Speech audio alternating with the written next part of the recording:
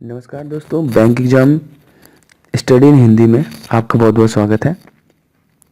दोस्तों, आज हम रीजनिंग के इनइक्वालिटी टॉपिक पर डिस्कस करेंगे और इसके क्वेश्चंस जो कि एग्ज़ाम में 5 क्वेश्चन इसके फिक्स होते हैं, आते ही आते हैं इनइक्वालिटी टॉपिक्स के। इसके हम ट्रिक के बारे में भी डिस्कस करेंगे कि इसे जल्द से जल्द कैसे सॉल्व किया जाए। सिंपल के थ्रू क्वेश्चन आते हैं, कथन और निष्कर्ष दिया रहता है। तो आइए शुरू करते हैं।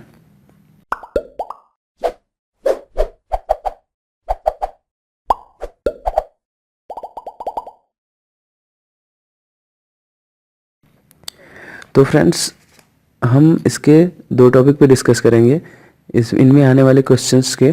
तो सबसे पहले टॉपिक का जो क्वेश्चन आता है उसमें जो सिंबल होते हैं greater than, less than, equal to, वो ऑलरेडी पुट होते हैं, जिससे कि आपको तुरंत उसको सेंटेंस बना के सॉल्व करने में इजी होता है।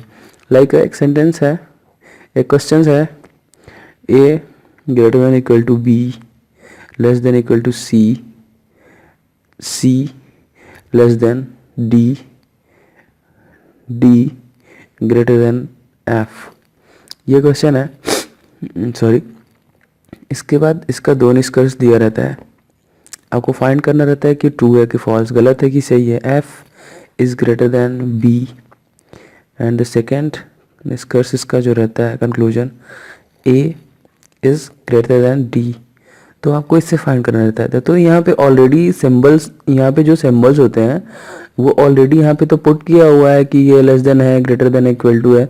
तो आप सिंपली यहाँ पे आप इसका एक टोटल सीक्वेंस बना लीजिए, जैसे कि बी सी डी एफ।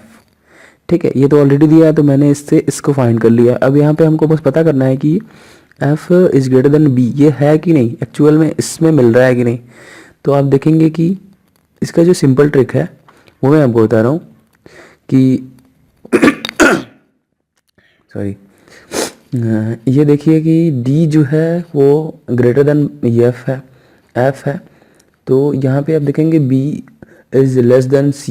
यहाँ पे एक सिंपल ट्रिक है, अगर आप फाइंड करना चाहते हैं तो देखिए सिंबल अगर कहीं अपोजिट डायरेक्शन में घूमा तो सीधे गलत हो जाएगा, वो रॉन्ग होगा। तो आप ये देख सकते हैं कि ये यहाँ से less than less then less then, फिर ये D is greater then F हो जा रहा है और पूछ रहा है F is greater then B। तो यहाँ से तो ठीक है, यहाँ से ग्रेटर देन हुआ, इक्वल टू हुआ, लेकिन यहाँ से D से लेस देन है, तो ये गलत हो जाएगा, ये रॉन्ग है, ये गलत है। ठीक, और दूसरा वाला कैसा है, A is greater than D। तो A is greater than equal to, फिर यहाँ से फिर ये सिंबल अपोजिट डायरेक्शन में टर्न कर गया, तो सिंपली ये भी गलत हो जाएगा। तो आपको अपने उसमें निष्कर्ष में देखना होगा, उसमें आता है कि ये कथन 1 सही है, कथन 2 सही है, कथन 1 या 2 सही है। तो आप इसे इजीली फाइंड कर सकते हैं। और इसी टाइप के दूसरे क्वेश्चन आते हैं, वो भी मैं आपको बता दे रहा हूँ। इसका जो दूसरा क्वेश्चन आता है, सबसे पहले तो आपको दिया रहेगा कि मान लीजिए P एंड Q है, तो P परसेंटेज का सिंबल, Q का अर्थ है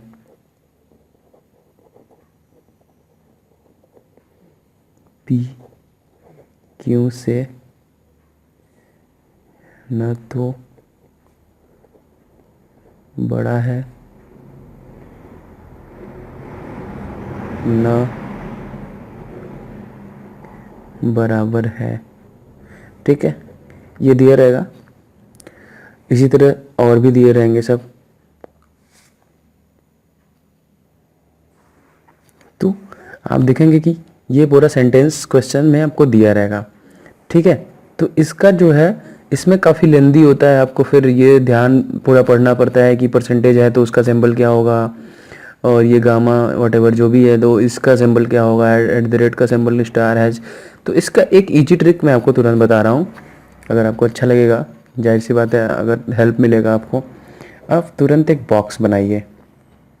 ठीक है, अब जैसे बॉक्स बनाएं तो इसमें सबसे पहले परसेंटेज का सिंबल है।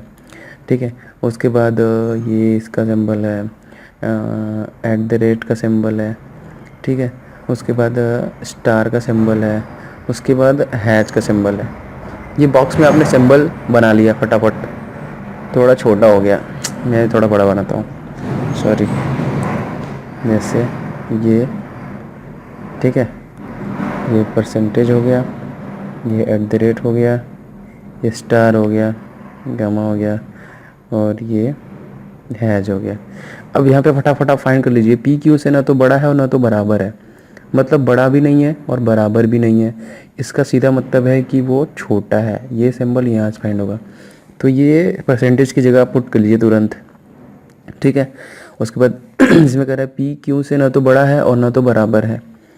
इसका मतलब है ना तो बड़ा है और ना तो बराबर है, ठीक। ये कह रहा है कि ना तो बड़ा है, हाँ सॉरी, ये कह रहा है ना तो छोटा है और ना बराबर है, ठीक है। तो इसका मतलब ये बड़ा है, ठीक है। एट द रेट में क्या कर रहा है, पी क्यू से बड़ा नहीं है, पी क्यू से बड़ा नहीं है, जाहिर सी बात है छोटा है और बराबर है, ठीक। ये तो क्वेश्चन से निकल के आ जाएंगे।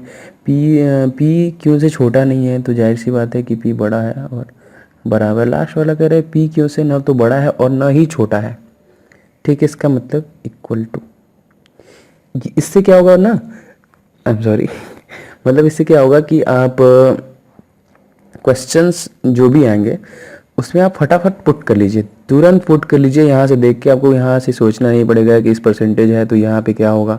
ये देखिए, जैसे ही यहाँ पे आपको दिखे कि यहाँ पे परसेंटेज का सिंबल है, तुरंत उसको ग्रेटर देन बनाइए। एट द रेट का सिंबल है, ग्रेटर देन इक्वल टू बनाइए। इसका फटाफट क्वेश्चन में, जैसे मैं क्वेश्चनिंग डालता हूँ यहाँ पे, तो क्वेश्चंस ये दिया हुआ है, ब्लू से करता हूँ इसको, हमको दिखे अच्छे से। आर के बाद स्टार लगा हुआ है, टी, फिर टी के बाद कन्फ्यूज है मैं सिंबल में, ठीक है। फिर ये, फिर एम परसेंटेज का सिंबल, के, फिर के एट द रेट का सिंबल, वी, उसके बाद निष्कर्ष उसका दिया हुआ है पहला वी एम, और दूसरा दिया हुआ है वी टी, ठीक है। तो आप, हम मैंने बताया कि तुरंत आप जैसे आ रहे हैं यहाँ पे, तो यहाँ से आप देखेंगे स्टार का सिंबल ये है, आप तुरंत यहाँ से आप देखिए, ठीक है। अब यहाँ से स्टार की जगह पे आप यहाँ से देखेंगे स्टार पे ये सिंबल है, बस तुरंत यहाँ पे पुट कीजिए टी। उसके बाद टी में के बाद यहाँ से देखिए तुरंत एम, परसेंटेज में देख लीजिए आप के, फिर एट द रेट में देख लीजिए आप, एट द रेट में है ये सिंबल है के वी। ये आपका सेंटेंस बन गया तुरंत। इसको भी बना लीजिए फटाफट।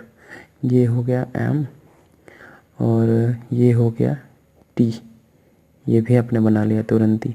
अब इससे आप पता कर लीजिए कि v is greater than M, v is greater than M, सही है। ये यहाँ से ग्रेटर देन है, ये इसके इक्वल टू है, बट इस m के लिए पूछ रहा है तो ये सीधा सही हो जाएगा। और ये कह रहा है v is greater then t, तो यहाँ पे सिंबल अपोजिट हो गया, t तुरंत काट के इसको हटाइए, बस हो गया यहाँ पे। अब ये बॉक्स बना लिया। इससे जितने भी क्वेश्चन आएंगे, क्वेश्चन क्योंकि ऑनलाइन होते हैं, आपको डिस्प्ले पे दिखेंगे तो आपको पेन एंड पेपर की जरूरत पड़ेगी, तो बस तुरंत लाइन में सेंटेंस तैयार कीजिए, उसके नीचे इसको भी लिखिए और तुरंत। मैं तो कहता हूँ 5 क्वेश्चन हैं तो आप 5 क्वेश्चन को फटाफट कर लीजिए। उसके बाद उसको टाइम अगर ज़्यादा किल होगा आपका इसके थ्रू, तो आप इस तरीके से आप तुरंत बचा दें, स्टिक्स के थ्रू आप तुरंत इसको टाइम बचा सकते हैं। तो फ्रेंड्स, अगर आपको ये वीडियो अच्छा लगा तो प्लीज़ वीडियो को लाइक करें, हमारे चैनल को सब्सक्राइब करें। हम और भी ऐसे वीडियो आपके हेल्प के लिए बनाते रहेंगे जिससे आपको मदद मिले, और जो भी कि बिल्कुल हिंदी में होंगे। So friends, thank you so much for watching. कुछ त्रुटियाँ हुई होंगी तो उसके लिए I am really so sorry and thank you so much.